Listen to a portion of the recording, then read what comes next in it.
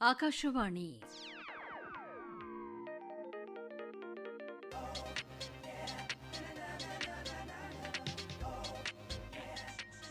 ಭವಿಷ್ಯದ ಬೆರಗು.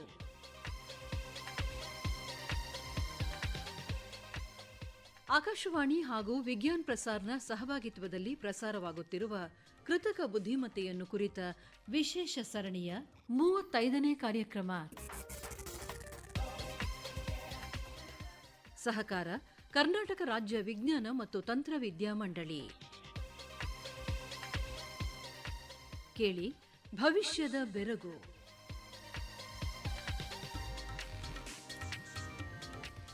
ಆತ್ಮೀಯ ಕೇಳುಗರೆ ನಮಸ್ಕಾರ. ಇವತ್ತಿನ ಭವಿಷ್ಯದ ಬೆರಗು ಕಾರ್ಯಕ್ರಮಕ್ಕೆ ತಮ್ಮೆಲ್ಲರಿಗೆ ಪ್ರೀತಿಯ ಸ್ವಾಗತ. ಕೇಳುಗರೆ, ಇವತ್ತಿನ ನಮ್ಮ ಕಾರ್ಯಕ್ರಮದಲ್ಲಿ ಭಾರತದಲ್ಲೇ ಆರ್ಟಿಫಿಷಿಯಲ್ ಇಂಟೆಲಿಜೆನ್ಸ್ ಕ್ಷೇತ್ರದ ಅಭಿವೃದ್ಧಿ, ಸವಾಲುಗಳು ಮತ್ತು ಅವಕಾಶಗಳನ್ನು ಕುರಿತಂತೆ ವೈಭವ್, ಯುಕ್ತ ಮತ್ತು ಪ್ರೀತಿ ಚರ್ಚೆ ಮಾಡ್ತಾ ಇದ್ದಾರೆ. ಅವ್ರ ಜೊತೆ ನಾವು ಸೇರ್ಕೊಳ್ಳೋಣ, ಬನ್ನಿ.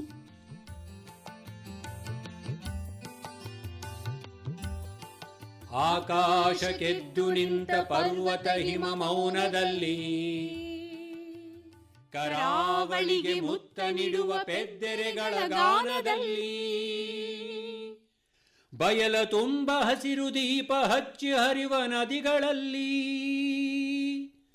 ನೀಲಿಯಲ್ಲಿ ಹೊಗೆಯ ಚೆಲ್ಲಿ ಯಂತ್ರ ಘೋಷವೇಳುವಲ್ಲಿ, ಕಣ್ಣು ಬೇರೆ ನೋಟ ಒಂದು, ನಾವು ಭಾರತೀಯರು,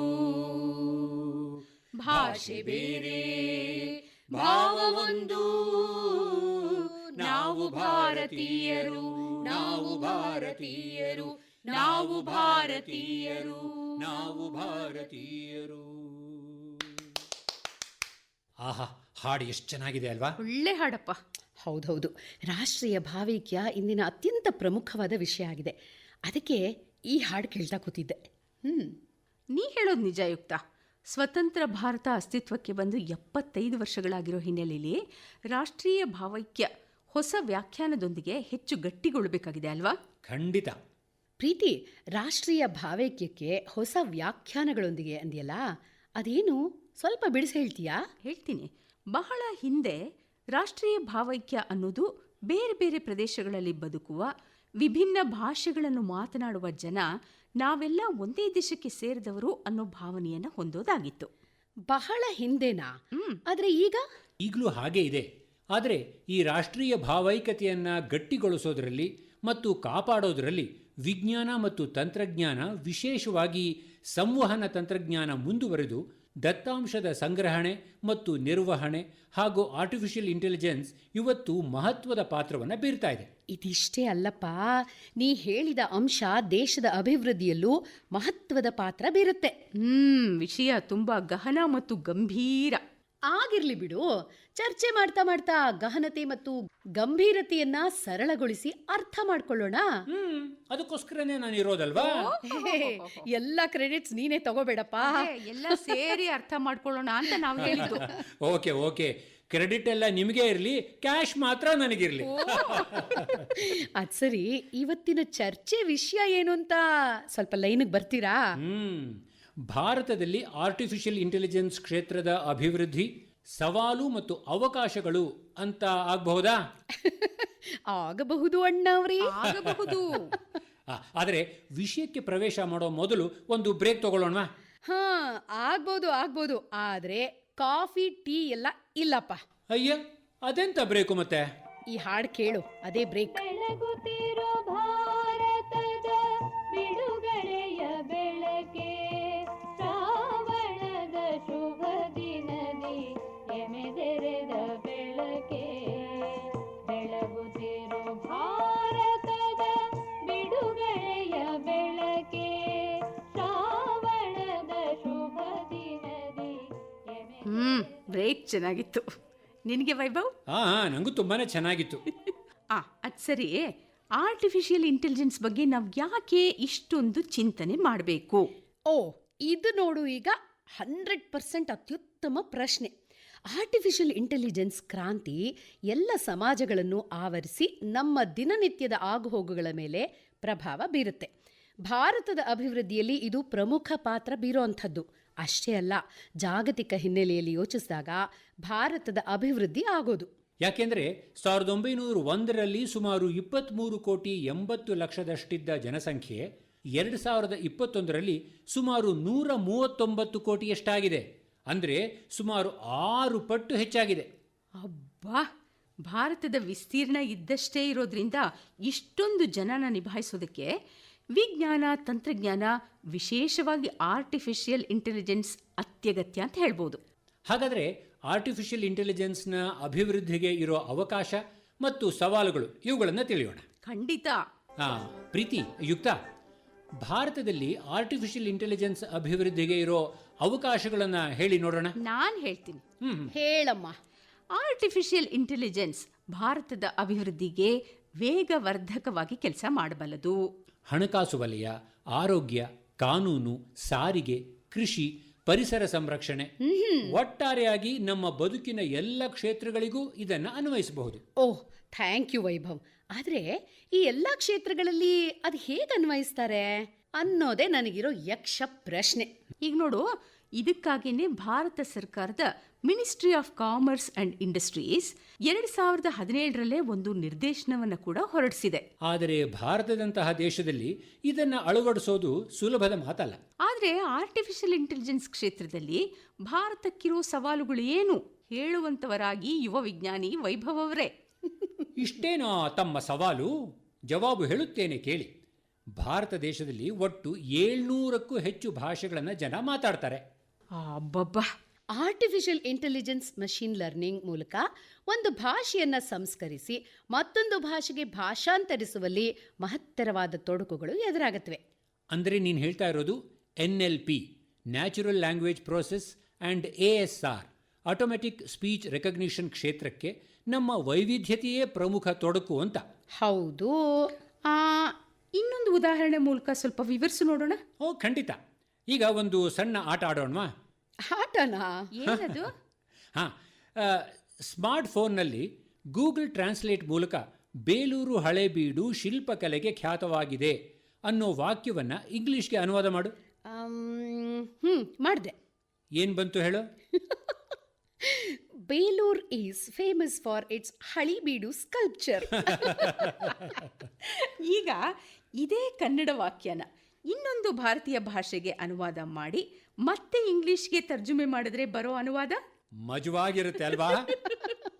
ಮಜಾ ಅಲ್ಲ, ತೊಡಕು. ಅರ್ಥ ಆಯ್ತಾ? ಮಷೀನ್ಗೆ ಬೇರೆ ಬೇರೆ ಭಾಷೆಗಳು ಅದರ ಸೂಕ್ಷ್ಮತೆ ಅರ್ಥವಾಗಿ ಅನುವಾದಿಸೋದು ಒಂದು ದೊಡ್ಡ ಸವಾಲು. ನಿಜ ನಿಜ. ಆರ್ಟಿಫಿಷಿಯಲ್ ಇಂಟೆಲಿಜೆನ್ಸ್ ಕ್ಷೇತ್ರಕ್ಕೆ ಇದೊಂದು ದೊಡ್ಡ ಸವಾಲು ಅನ್ನೋದು ಅರ್ಥ ಆಯ್ತು. ಇದನ್ನು ಹೀಗೆ ಬಿಟ್ಟು ಕೈ ಮುಗಿಯೋದಾ ಅಥವಾ ಈ ಸವಾಲು ಬಗೆಹರಿಸೋದಕ್ಕೆ ಏನಾದರೂ ದಾರಿ ಇದೆಯಾ? ಪ್ರತಿಯೊಂದು ಸಮಸ್ಯೆ, ಸವಾಲ್ಗೂ ಒಂದು ಪರಿಹಾರ ಇದ್ದೇ ಇರುತ್ತೆ. ಇದಕ್ಕೆ ಭಾರತೀಯ ಭಾಷೆಗಳು ಡಿಜಿಟಲ್ ಸ್ವರೂಪವನ್ನು, ಆ ಮೂಲಕ ಭಾಷೆಗಳ ಸಾಮ್ಯತೆ, ವ್ಯತ್ಯಾಸ ಗುರುತಿಸಿ ಡಿಜಿಟಲ್ ರೂಪದಲ್ಲಿ ಒಂದು ಭಾಷೆಗಳ ಪರಿಸರವನ್ನು ರೂಪಿಸಿ ಅದನ್ನು ಸದೃಢಗೊಳಿಸೋ ಮೂಲಕ ಸವಾಲನ್ನು ಎದುರಿಸೋದಕ್ಕೆ ಸಾಧ್ಯ ಇದೆ.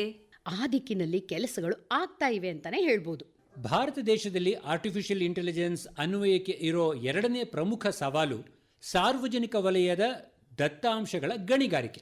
ಓಹೋಹೋಹೋ, ಗಣಿಯೊಳಗೆ ಹೋಗ್ತಾ ಇದ್ದೀರಾ? ಸ್ವಲ್ಪ ಹುಷಾರು, ಸ್ವಲ್ಪ ಬಿಡಿಸಿ ಹೇಳೋ ವೈಭವ್. ಸರ್ಕಾರದ ಎಲ್ಲ ಇಲಾಖೆಗಳು ನಿರಂತರವಾಗಿ ಅನೇಕ ದತ್ತಾಂಶಗಳನ್ನು ಉತ್ಪಾದನೆ ಮಾಡ್ತಾನೇ ಇರುತ್ತವೆ. ಅದೆಲ್ಲ ಗೊತ್ತಲ್ಲ, ಒಂದು ಉದಾಹರಣೆ ಹೇಳೋ. ಅಲ್ಲ, ಕೋರ್ಟ್ನಲ್ಲಿ ಕಟ್ಲೆ ಮುಗಿದು ಹೊರಬರೋ ರಾಶಿ ರಾಶಿ ತೀರ್ಪುಗಳು, ಕಚೇರಿಗಳಿಂದ ಹೊರಬರೋ ಆದೇಶಗಳು, ಸುತ್ತೋಲೆಗಳು ಇತ್ಯಾದಿ. ಇವೇನಾ ನಿಮ್ಮ ಗಣಿಯಿಂದ ಹೊರಬರುವ ಅದಿರುಗಳು? ಈ ಅದಿರನ್ನ ಸೂಕ್ತವಾಗಿ ಸಂಸ್ಕರಿಸಿದಾಗ ಲೋಹ ಸಿಗತ್ತೆ. ಒಂದು ನಿಮಿಷ ಇರು ವೈಭವ್, ಇದಕ್ಕೂ ಸಾರ್ವಜನಿಕ ವಲಯದ ದತ್ತಾಂಶಕ್ಕೂ ಏನು ಸಂಬಂಧ? ಸಾರ್ವಜನಿಕ ವಲಯದ ದತ್ತಾಂಶಗಳೊಳಗಿರೋ ಅನೇಕ ಮಾಹಿತಿ ಜನಸಾಮಾನ್ಯರಿಗೆ ಬೇಕಾಗಿರುತ್ತೆ. ಅದಕ್ಕೆ ತುಂಬಾ ಚೆನ್ನಾಗಿದೆ. ಸಸ್ಪೆನ್ಸು, ಥ್ರಿಲ್ಲರ್ ಥರ ಮಾಡಬೇಡ, ಬೇಗ ಬೇಗ ಹೇಳೋ.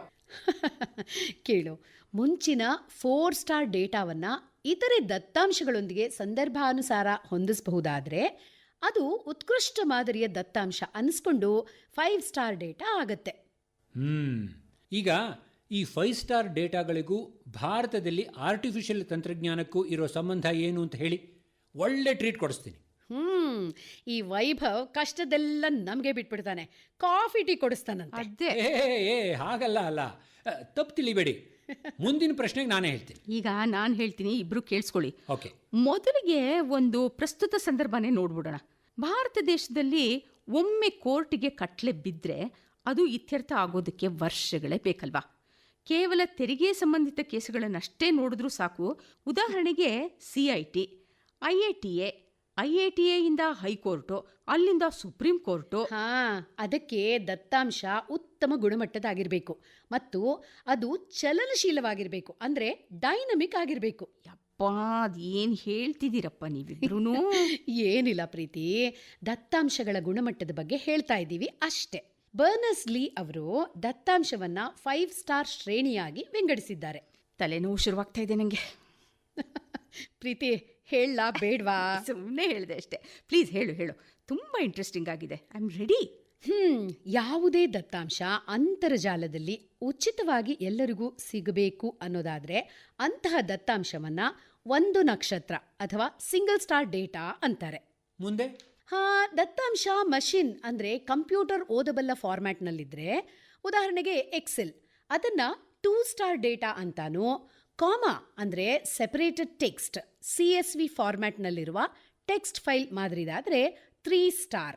ಈ ಹೇಳಿದ ಎಲ್ಲವುಗಳ ಜೊತೆ W3C ಅಳವಡಿಸೋ ಮೂಲಕ ಜನರು ಸುಲಭವಾಗಿ ದತ್ತಾಂಶ ಹುಡುಕಾಟ ಮಾಡೋದಕ್ಕೆ ಅನುವಾಗೋ ಥರ ಇದ್ರೆ 4 ಸ್ಟಾರ್ ಶ್ರೇಣಿಯ ಡೇಟಾ ಅನ್ನಿಸ್ಕೊಳ್ಳುತ್ತೆ. ಈಗ 5 ಸ್ಟಾರ್ ಯಾವುದು ಅಂತ ಹೇಳ್ಬಿಡು, ಆಮೇಲೆ 5 ಸ್ಟಾರ್ ಹೋಟೆಲ್ನಲ್ಲೇ ಕಾಫಿ ಕುಡಿದ್ಬಿಡ್ರ. ಹೇಳ್ತೀನಿ.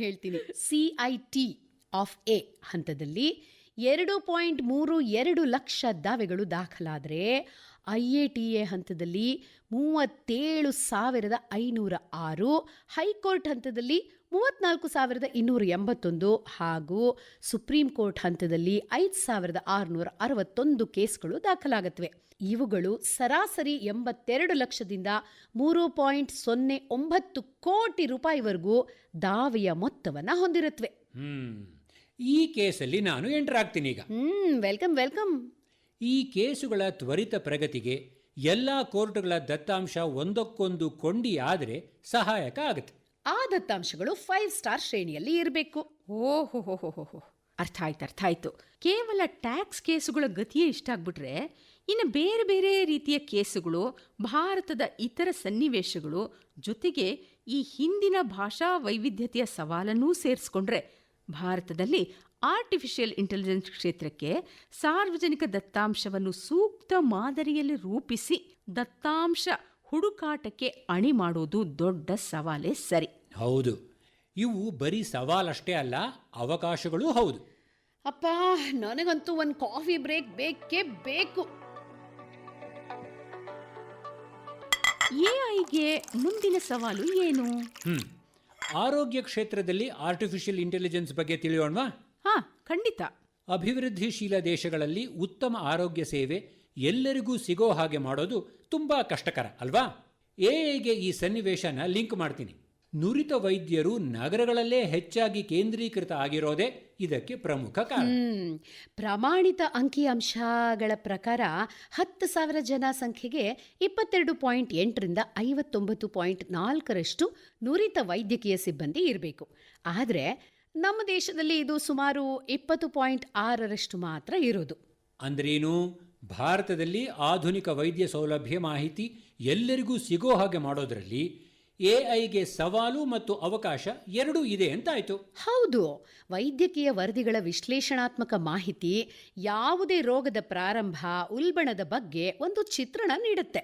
ಇದು ಸಂಖ್ಯಾಶಾಸ್ತ್ರೀಯ ನೆಲೆಯಲ್ಲೂ ಇರಬೇಕು. ಅಂದರೆ ಒಂದೇ ಒಂದು ವರದಿಯ ವಿಶ್ಲೇಷಣೆಯಲ್ಲಿ ಅನ್ನೋದು ನೆನಪಿರಲಿ. ನಿಜ. ಈ ವಿಶ್ಲೇಷಣೆಗಳು ಪ್ರಾದೇಶಿಕತೆ ಹಾಗೂ ವ್ಯಾಪಕ ನೆಲೆ ಎರಡರಲ್ಲೂ ಅನ್ವಯವಾಗಬಹುದಾದ ಚಿತ್ರಣವನ್ನು ನಮಗೆ ಒದಗಿಸತ್ವೆ. Very good. ಇದನ್ನ ಕಂಪ್ಯೂಟರ್ಗೆ ಅಳವಡಿಸಿ ಅದನ್ನು ಟ್ರೈನ್ ಮಾಡೋದ್ರ ಮೂಲಕ ಯಾವುದೇ ಹಳ್ಳಿಯಲ್ಲಿ ಒಬ್ಬ ವ್ಯಕ್ತಿ ರಕ್ತ ಪರೀಕ್ಷೆ ಮಾಡಿಸಿ ಅದನ್ನು ಲಭ್ಯ ಇರೋ ಹಾಗೆ ವ್ಯಾಪಕ ದತ್ತಾಂಶದ ಹಿನ್ನೆಲೆಯಲ್ಲಿ ವಿಶ್ಲೇಷಿಸಿದ್ರೆ ಆತನಿಗಿರಬಹುದಾದಂತಹ ಅಥವಾ ಬರಬಹುದಾದಂತಹ ರೋಗವನ್ನು ತಕ್ಷಣ ಪತ್ತೆ ಹಚ್ಚಬಹುದು. ನಿಜ. ಆದರೆ ಭಾರತದಂತಹ ದೇಶದಲ್ಲಿ ಆರೋಗ್ಯಕ್ಕೆ ಸಂಬಂಧಿಸಿದ ಅಗಾಧ ದತ್ತಾಂಶವನ್ನು ಹಳ್ಳಿಯಿಂದ ದಿಲ್ಲಿವರೆಗೂ ಸಂಗ್ರಹಿಸಿ, ಸಂಸ್ಕರಿಸಿ, 5 ಸ್ಟಾರ್ ಮಾದರಿಗೆ ಅಳವಡಿಸಿ ಎಲ್ಲರಿಗೂ ಲಭ್ಯ ಆಗೋ ಹಾಗೆ ಮಾಡೋದು ದೊಡ್ಡ ಸವಾಲು. ಆದರೆ ಹೀಗೆ ಮಾಡಿದಾಗ ಮಾತ್ರ ಹಳ್ಳಿ ಮಟ್ಟದಲ್ಲೂ ರೋಗ ಪತ್ತೆ ಮತ್ತು ಚಿಕಿತ್ಸೆ ಲಭ್ಯವಾಗಿ ಉತ್ತಮ ಆರೋಗ್ಯ ಸೇವೆ ವ್ಯಾಪಕ ನೆಲೆಯಲ್ಲಿ ದೊರೆಯಬಹುದು. ವೈವಿಧ್ಯಮಯವಾಗಿರೋ ಭಾರತ ದೇಶಕ್ಕೆ ಆರ್ಟಿಫಿಷಿಯಲ್ ಇಂಟೆಲಿಜೆನ್ಸ್ ಅನ್ವಯತೆ ಮಾಡಬೇಕು ಅನ್ನೋದಾದರೆ ಅನೇಕ ಸವಾಲುಗಳು ಇದೆ ಅಂತಾಯ್ತು. ಆದರೆ ಈ ಕೆಲಸವನ್ನು ಮಾತ್ರ ಬಹಳ ಎಚ್ಚರಿಕೆಯಿಂದ ಮಾಡಬೇಕು. ಹೌದು, ಆರ್ಟಿಫಿಷಿಯಲ್ ಇಂಟೆಲಿಜೆನ್ಸ್ ಆಧಾರಿತವಾಗಿ ವಿವಿಧ ಸಮಸ್ಯೆ ಸವಾಲುಗಳಿಗೆ ಆಶಾದಾಯಕವಾಗಿ ಪರಿಹಾರ ಕಾಣಬಹುದಾದರೂ ಭಾರತದಂತಹ ಆರ್ಥಿಕ ಸಾಮಾಜಿಕ ಜಟಿಲತೆ ಇರೋ ದೇಶದಲ್ಲಿ ಇದು ಹಲವು ಪ್ರಶ್ನೆಗಳನ್ನು ಹುಟ್ಟಾಕತ್ತೆ. ಏನಪ್ಪ ಅದು? ಇಷ್ಟೊತ್ತು AI ಬಗ್ಗೆ ಖುಷಿಯಾಗಿದ್ವಿ. ಈಗ ನೀನು ಹೇಳೋದು ಕೇಳಿದ್ರೆ ಭಯ ಆಗ್ತಿದೆ ನನಗೆ. ಎಲ್ಲ ಯುಕ್ತ, ಭಯ ಪಡೋ ಅವಶ್ಯಕತೆ ಇಲ್ಲ. ಆದರೆ ಅದ್ರ ಬಗ್ಗೆ ತಿಳುವಳಿಕೆ ಮಾತ್ರ ಖಂಡಿತ ಅಗತ್ಯವಾಗಿದೆ ನೋಡು. AI ಕೇಂದ್ರಿತ ಚಿಂತನೆಯಿಂದ ಆಗಬಹುದಾದ ಕೆಲವು ಅಪಾಯಗಳ ಬಗ್ಗೆ ಸ್ವಲ್ಪ ಚರ್ಚೆ ಮಾಡೋಣ. ಮೊಟ್ಟ ಮೊದಲ ಅಪಾಯ ಏನು ಅಂತಂದರೆ, ಮೆಷಿನ್ ಲರ್ನಿಂಗ್ ಮತ್ತು ಆರ್ಟಿಫಿಷಿಯಲ್ ಇಂಟೆಲಿಜೆನ್ಸ್ ಹೆಚ್ಚು ಅನ್ವಯಿತೆಗೆ ಬಂತು ಅಂತಂದರೆ ತಳಮಟ್ಟದಲ್ಲಿ ಕೆಲಸ ಮಾಡ್ತಾ ಇರೋ ಕ್ಲರ್ಕ್ಗಳು, ಗ್ರಾಹಕ ಸೇವಾ ಕೇಂದ್ರಗಳು, ಸೇಲ್ಸ್ ರೆಪ್ರೆಸೆಂಟೇಟಿವ್ಗಳು, ಕೋಟ್ಯಂತರ ಜನ ತಮ್ಮ ಕೆಲಸವನ್ನು ಕಳ್ಕೋಬೇಕಾಗಬಹುದು. ಭಾರತದ IT ಸೆಕ್ಟರ್ ಈಗಾಗಲೇ ಇದರ ಪರಿಣಾಮವನ್ನು ಅನುಭವಿಸ್ತಾ ಇದೆ. ಮೆಕೆನ್ಸಿ ಕಂಪನಿ ಈ ವಿದ್ಯಮಾನವನ್ನು ಅಧ್ಯಯನ ಮಾಡಿದೆ. ಒಟ್ಟಾರೆಯಾಗಿ ಕೆಲಸ ಕಳ್ಕೊಂಡು ಆರ್ಥಿಕ ಸ್ಥಿತಿಯಲ್ಲಿ ವ್ಯತ್ಯಾಸ ಉಂಟಾಗಿ ಸಾಮಾಜಿಕ ಆರ್ಥಿಕ ಸನ್ನಿವೇಶದ ಮೇಲೆ ದುಷ್ಪರಿಣಾಮ ಬೀರೋ ಸಾಧ್ಯತೆ ಇದೆ. ಆರ್ಟಿಫಿಷಿಯಲ್ ಇಂಟೆಲಿಜೆನ್ಸ್ನ ಅಳವಡಿಕೆ ದೇಶದಲ್ಲಿ ಜಾತಿ ಪದ್ಧತಿಯ ಮೇಲೆ ಪರೋಕ್ಷವಾಗಿ ಹೆಚ್ಚು ಪರಿಣಾಮ ಬೀರೋ ಸಾಧ್ಯತೆಯೂ ಇದೆ. ನಿಜಕ್ಕೂ ಯೋಚಿಸಬೇಕಾದ ವಿಷಯ. ಅದು ಸರಿ, ಹೇಗೆ ಅಂತ ತಿಳಿಸ್ತೀರಾ? ಹೇಳ್ತೀನಿ. ಈಗಾಗಲೇ ನಡೆದಿರೋ ಹಲವಾರು ಅಧ್ಯಯನಗಳ ಪ್ರಕಾರ ಹಲವಾರು ಸೌಲಭ್ಯ, ನೌಕರಿ ಇತ್ಯಾದಿಗಳಿಗೆ ಅರ್ಜಿ ಸ್ವೀಕರಿಸಿದಾಗ ಅದರಲ್ಲಿ ಅನೇಕ ವೈಯಕ್ತಿಕ ವಿವರಗಳು ಇರುತ್ತವೆ. ಜಾತಿನೂ ಅದರಲ್ಲಿ ಒಂದು.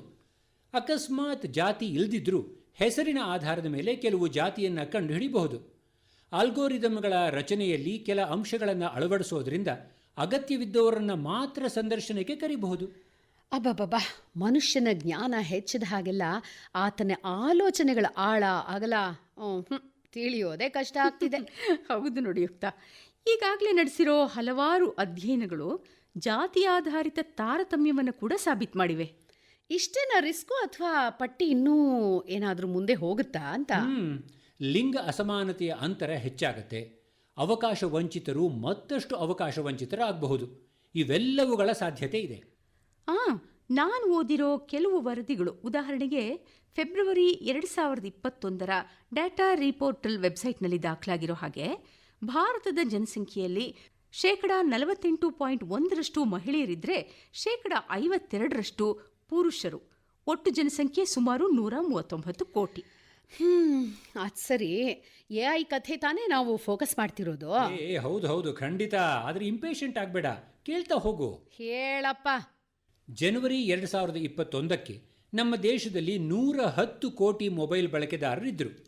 ಇದು ಒಟ್ಟು ಜನಸಂಖ್ಯೆಯ 79%. ಇದರಲ್ಲಿ ಪುರುಷ ಬಳಕೆದಾರರು ಹೆಚ್ಚು. ಅದೇನು ದೊಡ್ಡ ವಿಷಯ, ಯಾವಾಗಲೂ ಹೀಗೆ ಆಗೋದು. ವಿಷಯ ಅದಲ್ಲ. ಆರ್ಟಿಫಿಷಿಯಲ್ ಇಂಟೆಲಿಜೆನ್ಸ್ ಆಧಾರಿತ ತಂತ್ರಜ್ಞಾನ ದತ್ತಾಂಶವನ್ನು ಸಂಗ್ರಹಿಸೋದು, ಆಮೇಲೆ ಆಲ್ಗೋರಿದಮ್ ರಚಿಸೋದು ಮತ್ತು ಮೆಷಿನ್ ಲರ್ನಿಂಗ್ ಅಳವಡಿಸಿ ಬಳಕೆಗೆ ಬಿಡೋದು ಎಲ್ಲವೂ ಮೊಬೈಲ್ ಆಧಾರಿತ ದತ್ತಾಂಶಗಳ ಮೇಲೆ ಹೆಚ್ಚಿನ ಅಂಶ ಅವಲಂಬಿತವಾಗಿರುತ್ತೆ. ಓಹೋ, ಪುರುಷ ಬಳಕೆದಾರರು ದತ್ತಾಂಶ ಉತ್ಪಾದನೆ ಹಾಗೆ ಆರ್ಟಿಫಿಷಿಯಲ್ ಇಂಟೆಲಿಜೆನ್ಸ್ ಆಧಾರಿತ ಬಳಕೆಯಲ್ಲೂ ಹೆಚ್ಚಾಗಿದ್ದಾರೆ ಅಂತಾಯ್ತು. ಎಕ್ಸಾಕ್ಟ್ಲಿ. ಇದು ಆರ್ಥಿಕ ಸಾಮಾಜಿಕ ಸನ್ನಿವೇಶಗಳ ಮೇಲೂ ಪ್ರಭಾವ ಬೀರುತ್ತೆ. ಈಗಾಗಲೇ ಭಾರತದ ಸಾಫ್ಟ್ವೇರ್ ಕ್ಷೇತ್ರದಲ್ಲಿ ಲಿಂಗ ಅಸಮಾನತೆಯ ಅಂತರದ ಬಗ್ಗೆ ಅಧ್ಯಯನಗಳು ನಡೆದು ಕೆಲ ಅಂಶಗಳು ಸಾಬೀತಾಗಿವೆ. ಅದಕ್ಕೆ ವೈಭವ್ಗೆ ಖುಷಿ. ಖಂಡಿತ ಇಲ್ಲ. ನಮ್ಮ ಅಮ್ಮ, ಅಕ್ಕ ತಂಗಿಯರು, ಅತ್ತಿಗೆ, ನಾದಿನಿಯರು ಎಲ್ಲರೂ ನಮ್ಮವರೇ ಅಲ್ವಾ? ಅವರನ್ನು ಉಳಿದು ನಾವಿದ್ದೀವಾ? ಅಸಮಾನತೆ ಸಲ್ಲದು, ಸಾಮಾಜಿಕ ಆರೋಗ್ಯಕ್ಕೆ ಒಳ್ಳೆಯದಲ್ಲ. AI ಲಿಂಗ ಅಸಮಾನತೆಯ ಅಂತರವನ್ನು ಹೇಗೆ ಹೆಚ್ಚಿಸಬಲ್ಲದು ಅಂತ ಚರ್ಚೆ ಮಾಡಿದ್ವಿ. ಹಾಗೇನೆ ಇದು ಶ್ರೀಮಂತ ಮತ್ತು ಬಡವರ ನಡುವಿನ ಅಂತರವನ್ನು ಹೆಚ್ಚಿಸಬಲ್ಲದು. ಅದು ಹೇಗೆ? ಹೇಗೆ ಅಂದರೆ AI ತಂತ್ರಜ್ಞಾನವನ್ನು ಬಳಸಿ ಅನ್ವಯತೆಗಳನ್ನು ಸಿದ್ಧ ಮಾಡೋದಕ್ಕೆ ಸಾಕಷ್ಟು ಹಣ ವಿನಿಯೋಗಿಸಬೇಕು. ಖಾಸಗಿ ಕಂಪನಿಗಳು ಇದರಲ್ಲಿ ಹಣ ಹೂಡಿಕೆ ಮಾಡೋದ್ರಿಂದ ಅವರಿಗೆ ಹೆಚ್ಚಿನ ಲಾಭ ಬರೋ ದಿಕ್ಕಿನಲ್ಲಿ ವಿನಿಯೋಗಿಸುವ ಸಾಧ್ಯತೆನೇ ಹೆಚ್ಚಿರುತ್ತೆ. ಒಂದು ಉದಾಹರಣೆ ಕೊಟ್ಟು ಹೇಳ್ತೀಯಾ? ಹೇಳ್ತೀನಿ ಕೇಳು. ಉದಾಹರಣೆಗೆ ಭಾಷಾ ಸಂಸ್ಕರಣ ಅನುವಾದ ಕ್ಷೇತ್ರದಲ್ಲಿ ಇರುವಂತಹ ಕಂಪನಿಯೊಂದು ಇಂಗ್ಲಿಷ್ ಮತ್ತು ಯುರೋಪಿಯನ್ ಭಾಷೆಗಳ ಸಂಸ್ಕರಣಕ್ಕೆ ಹೆಚ್ಚು ಒತ್ತು ಕೊಡಬಹುದು. ಸ್ಪ್ಯಾನಿಷ್ ಕನ್ನಡ ಅನುವಾದಕ್ಕೆ ಅದು ಸಹಜವಾಗಿಯೇ ಕಡಿಮೆ ಒತ್ತು ಕೊಡೋ ಸಾಧ್ಯತೆ ಇರುತ್ತೆ ಅಲ್ವಾ? ಅಕಸ್ಮಾತ್ ಸ್ಪ್ಯಾನಿಷ್ ಕನ್ನಡ ಅನುವಾದಕ್ಕೆ ಒತ್ತು ಕೊಟ್ಟರೂ ಅದರ ಬಳಕೆ ಮಾಡೋರು ಹಣ ತೆರಬೇಕಾಗಬಹುದು. ಇವೆಲ್ಲ ಕೇವಲ ಭಾಷಾ ಸಂಸ್ಕರಣ ಕ್ಷೇತ್ರಕ್ಕೆ ಅನ್ವಯಿಸಿದ ಉದಾಹರಣೆಗಳಷ್ಟೇ. ಬೇರೆ ಕ್ಷೇತ್ರಗಳಿಗೂ ಇದು ಅನ್ವಯ ಆಗುತ್ತೆ. ಆದ್ರಿಂದಾನೇ AI ಲಾಭ ತರೋವಂಥದ್ದು ಮತ್ತು ಆ ಮೂಲಕ ಶ್ರೀಮಂತರು ಮತ್ತು ಬಡವರ ನಡುವಿನ ಅಂತರ ಹೆಚ್ಚು ಮಾಡೋದಕ್ಕೆ ಪರೋಕ್ಷವಾಗಿ ಕಾರಣವೂ ಆಗಬಲ್ಲದು. Quite interesting. ಹಾಗಾದ್ರೆ AI ಅನ್ನ ಯಾಕೆ ಅಭಿವೃದ್ಧಿಗೊಳಿಸಬೇಕು ಅಂತಾನೆ ಅರ್ಥ ಆಗ್ತಿಲ್ಲ. ಎಲ್ಲರೂ ನಿಲ್ಲಿಸ್ಬಿಡೋದೇ ಒಳ್ಳೇದಲ್ವಾ? ಒಳ್ಳೆ ಚೆನ್ನಾಗಿ ಹೇಳಿದೆ. ಚಾಕು ಹಣ್ಣನ್ನು ಕತ್ತರಿಸತ್ತೆ, ಕೈ ಬೆರಳನ್ನು ಗಾಯ ಮಾಡುತ್ತೆ. ಹಾಗಂತ ಬಳಸೋದನ್ನು ಬಿಡಕ್ಕಾಗತ್ತಾ? ಓಹೋಹೋ, ಒಟ್ಟಾರೆಯಾಗಿ ನೀವು ಹೇಳ್ತಿರೋದು AI ಬಳಸೋದಕ್ಕೆ ತಮಗೆ ಗೊತ್ತಿರಬೇಕು ಹಾಗೂ ಎಚ್ಚರನೂ ಇರಬೇಕು ಅಂತ ತಾನೇ? ಹಾಂ, ಕರೆಕ್ಟ್. ಸಾಕು ಸಾಕು, ಮುಂದೆ ಮುಂದೆ ಮುಂದೆ ಏನಿಲ್ಲ. ಕೈ ಹೆಚ್ಚಿಕೊಳ್ಳದ ಹಾಗೆ, ಎಡವಿ ಬೀಳದೇ ಇರೋ ಹಾಗೆ AI ಹೇಗೆ ಬಳಸೋದು ಅಂತ ಚರ್ಚೆ ಮಾಡೋಣ. ನಾವು AIನೊಂದಿಗೆ ಮುನ್ನಡಿಲೇಬೇಕು. ಭಾರತದಲ್ಲಿ ಬಹಳ ದೃಢವಾದ ಆರ್ಟಿಫಿಷಿಯಲ್ ಇಂಟೆಲಿಜೆನ್ಸ್ ಪರಿಸರವನ್ನು ನಿರ್ಮಿಸಬೇಕು ಅಲ್ವಾ? ನಿಜ. ಸರ್ಕಾರದ ಡಿಜಿಟಲ್ ಇಂಡಿಯಾ ಯೋಜನೆ ಈ ದಿಕ್ಕಿನಲ್ಲಿ ಮೊದಲ ಹೆಜ್ಜೆ ಅಂತ ಅನ್ಬಹುದು. ಹೌದೌದು.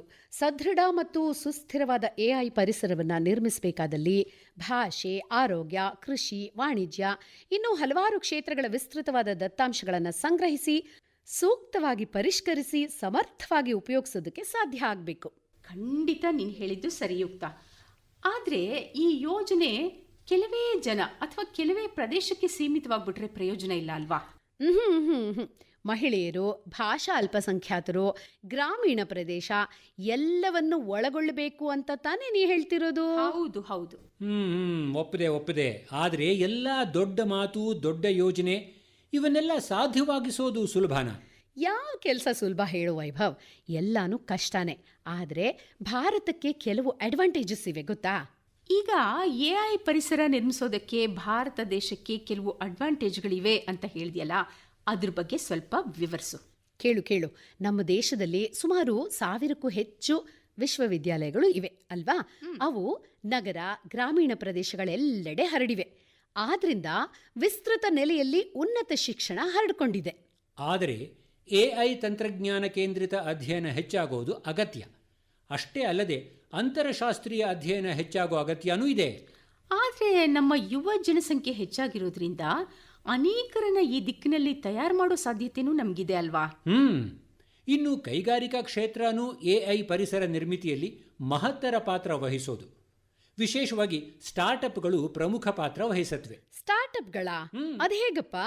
ಭಾರತದಲ್ಲಿ ತಂತ್ರಜ್ಞಾನಾಧಾರಿತ ಅಸಂಖ್ಯಾತ ಕೈಗಾರಿಕೆಗಳಿವೆ. ಅವುಗಳಲ್ಲಿ ಸುಮಾರು 300 ಸ್ಟಾರ್ಟ್ಅಪ್ ಕಂಪನಿಗಳು AI ಕೇಂದ್ರಿತವಾಗಿವೆ. ಇವುಗಳಲ್ಲಿ ಸುಮಾರು $100 ದಶಲಕ್ಷ ಹೆಚ್ಚು ಹಣವನ್ನು, ಅಂದರೆ $10 ಕೋಟಿ ಹೆಚ್ಚು ಹಣವನ್ನು 2014ರಿಂದಲೇ ವಿನಿಯೋಗಿಸಲಾಗಿದೆ. ಭಾರತ ಸರ್ಕಾರದ AI ಪಾಲಿಸಿ ಪ್ರಕಾರ ಸರ್ಕಾರದ ಅನೇಕ ದತ್ತಾಂಶಗಳು ಸಾರ್ವಜನಿಕವಾಗಿ ಉತ್ತಮ ಗುಣಮಟ್ಟದಲ್ಲಿ ಲಭ್ಯ ಆಗಬೇಕು. AI ರಾಷ್ಟ್ರಮಟ್ಟದಲ್ಲಿ ವಾಣಿಜ್ಯಿಕವಾಗಿ ಉತ್ತೇಜಿಸಬೇಕು. ಸಾರ್ವಜನಿಕ ಉದ್ದಿಮೆಗಳು AI ಒಪ್ಕೋಬೇಕು. ಇವೆಲ್ಲಕ್ಕಿಂತ ಮುಖ್ಯವಾಗಿ ನಿರ್ಧಾರ ಕೈಗೊಳ್ಳುವ ನಾಯಕರುಗಳಿಗೆ AI ಬಗ್ಗೆ ಸಾಕ್ಷರತೆ ಇರಬೇಕು. ಬಹಳ ಕಷ್ಟದ ವಿಷಯನೇ ಹೇಳಿದೆ ಬಿಡು. AI ಪಾಲಿಸಿ ಸಮಿತಿಯ ಶಿಫಾರಸುಗಳು ಅನ್ವಯವಾಗಬೇಕಂದ್ರೆ ಸಾಕಷ್ಟು ಹಣ ವಿನಿಯೋಗಿಸಬೇಕು. ಹೌದು, ಆ ದಿಕ್ಕಿನಲ್ಲಿ ನಾವು ಲೆಕ್ಕಾಚಾರದ ದೃಢವಾದ ಹೆಜ್ಜೆ ಇಡಲೇಬೇಕು. ಅದರಲ್ಲಿ 2 ಮಾತಿಲ್ಲ. ಬದಲಾವಣೆ ವಿಕಾಸವಾದ ಜಗದ ನಿಯಮ ಅಲ್ವಾ? ಓಹೋ, ಅಂತೂ ಫಿಲಾಸಫಿ ಕಡೆಗೆ ತಿರುಗ್ತಾ ಇದ್ದೀರಾ? ಫಿಲಸಾಫಿಕಲ್ ಆಗಲೇಬೇಕು. ಬೆಳವಣಿಗೆಗೆ ಬದಲಾವಣೆಯನ್ನು ಒಪ್ಪಿಕೊಳ್ಳಬೇಕಾದ ಅನಿವಾರ್ಯತೆ ಇದ್ದೇ ಇದೆ. ಎಸ್, ಭಾರತದಲ್ಲಿ ಆರ್ಟಿಫಿಷಿಯಲ್ ಇಂಟೆಲಿಜೆನ್ಸ್ನ ಬೆಳವಣಿಗೆಗೆ ಸಾಕಷ್ಟು ಸವಾಲುಗಳು ಹಾಗೂ ಅವಕಾಶಗಳು ಇವೆ. ಅವುಗಳನ್ನು ಸಮರ್ಥವಾಗಿ ನಿಭಾಯಿಸಬೇಕು. ಹೌದು. ಅಂತೂ ಇವತ್ತು ಒಂದು ಒಳ್ಳೆಯ ವಿಷಯದ ಬಗ್ಗೆ ಚರ್ಚೆ ಮಾಡಿದ್ವಿ ಅಲ್ವಾ? ಕೇಳಿದ್ರಲ್ಲ ಕೇಳಿದ್ರೆ, ಕೃತಕ ಬುದ್ಧಿಮತ್ತೆ ಅಥವಾ ಆರ್ಟಿಫಿಷಿಯಲ್ ಇಂಟೆಲಿಜೆನ್ಸ್ ಕ್ಷೇತ್ರದಲ್ಲಿ ಮುನ್ನಡೆಯೋದಕ್ಕೆ ಭಾರತ ಏನೆಲ್ಲ ಸವಾಲುಗಳನ್ನು ಎದುರಿಸಬೇಕಾಗತ್ತೆ, ಯಾವೆಲ್ಲ ಅವಕಾಶಗಳನ್ನು ಪಡಿತಾ ಮುಂದೆ ಸಾಗಬೇಕಾಗತ್ತೆ ಅನ್ನೋದನ್ನು ಇನ್ನು ಇವತ್ತಿನ ಕಾರ್ಯಕ್ರಮದ ಪ್ರಶ್ನೆಗಳು. ಮೊದಲನೇ ಪ್ರಶ್ನೆ, ಕೃತಕ ಬುದ್ಧಿಮತ್ತೆಯ ಪರಿಸರವನ್ನು ನಿರ್ಮಿಸುವಲ್ಲಿ ಇದು ಭಾರತದ ಮೊದಲ ಹೆಜ್ಜೆ. ಪ್ರಶ್ನೆಯನ್ನು ಮತ್ತೊಮ್ಮೆ ಗಮನಿಸಿ. ಕೃತಕ ಬುದ್ಧಿಮತ್ತೆಯ ಪರಿಸರವನ್ನು ನಿರ್ಮಿಸುವಲ್ಲಿ ಇದು ಭಾರತದ ಮೊದಲ ಹೆಜ್ಜೆ. ಆಯ್ಕೆಯ ಉತ್ತರಗಳು: ಎ. ಡಿಜಿಟಲ್ ಇಂಡಿಯಾ ಯೋಜನೆ, B. Phone banking, C. Data reporter, D. ಇದು ಯಾವುದೂ ಅಲ್ಲ. ಆಯ್ಕೆಯ ಉತ್ತರಗಳು ಮತ್ತೊಮ್ಮೆ: ಎ. ಡಿಜಿಟಲ್ ಇಂಡಿಯಾ ಯೋಜನೆ, B. Phone banking, C. Data reporter, D. ಇದು ಯಾವುದೂ ಅಲ್ಲ. ಎರಡನೇ ಪ್ರಶ್ನೆ, ಆಟೋಮ್ಯಾಟಿಕ್ ಸ್ಪೀಚ್ ರೆಕಗ್ನಿಷನ್ ಕ್ಷೇತ್ರಕ್ಕೆ ಭಾರತದಲ್ಲಿ ಇದು ಸವಾಲು. ಪ್ರಶ್ನೆಯನ್ನು ಮತ್ತೊಮ್ಮೆ ಗಮನಿಸಿ.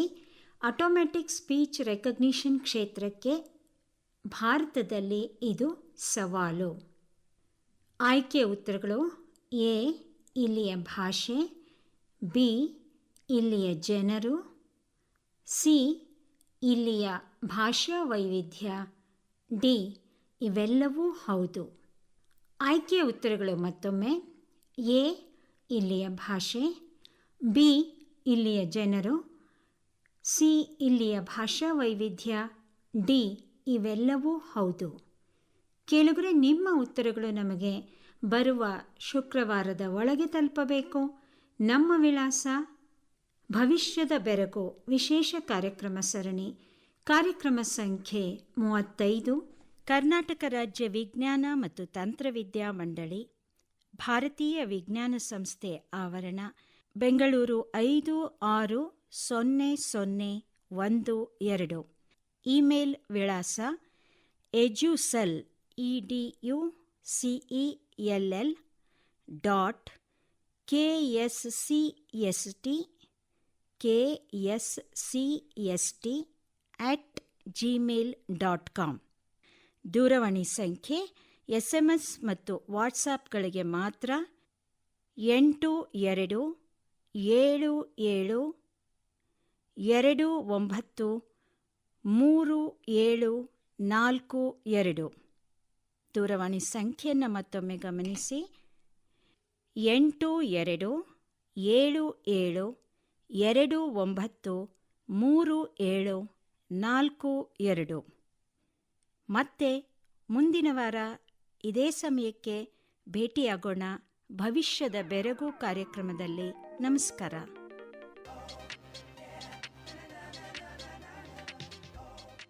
ಭವಿಷ್ಯದ ಬೆರಗು. ಆಕಾಶವಾಣಿ ಹಾಗೂ ವಿಜ್ಞಾನ್ ಪ್ರಸಾರ್ನ ಸಹಭಾಗಿತ್ವದಲ್ಲಿ ಪ್ರಸಾರವಾಗುತ್ತಿರುವ ಕೃತಕ ಬುದ್ಧಿಮತ್ತೆಯನ್ನು ಕುರಿತ ವಿಶೇಷ ಕಾರ್ಯಕ್ರಮ ಸರಣಿಯ 35ನೇ ಕಾರ್ಯಕ್ರಮ ಕೇಳುತ್ತಿದ್ದೀರಿ. ಸಹಕಾರ ಕರ್ನಾಟಕ ರಾಜ್ಯ ವಿಜ್ಞಾನ ಮತ್ತು ತಂತ್ರವಿದ್ಯಾ ಮಂಡಳಿ. ರಚನೆ ಡಾಕ್ಟರ್ ವೈ.ಸಿ. ಕಮಲಾ. ಭಾಗವಹಿಸಿದವರು ಎಚ್.ವಿ. ನಟರಾಜ್, ಅನುರಾಧ ಬಿ.ಆರ್. ಹಾಗೂ ಆಶಾ ವಿಶ್ವನಾಥ್. ನಿರ್ಮಾಣ ಸುಮಂಗಲ ಎಸ್. ಮುಮ್ಮಿಗಟ್ಟಿ. ಆಕಾಶವಾಣಿ ಬೆಂಗಳೂರು ಕೇಂದ್ರದಲ್ಲಿ ಸಿದ್ಧಪಡಿಸಿದ ಈ ಕಾರ್ಯಕ್ರಮ ಆಕಾಶವಾಣಿ ಬೆಂಗಳೂರು, ಮೈಸೂರು, ಭದ್ರಾವತಿ, ಧಾರವಾಡ ಹಾಗೂ ಕಲಬುರಗಿ ಕೇಂದ್ರಗಳಿಂದ ಏಕಕಾಲಕ್ಕೆ ಪ್ರಸಾರವಾಯಿತು.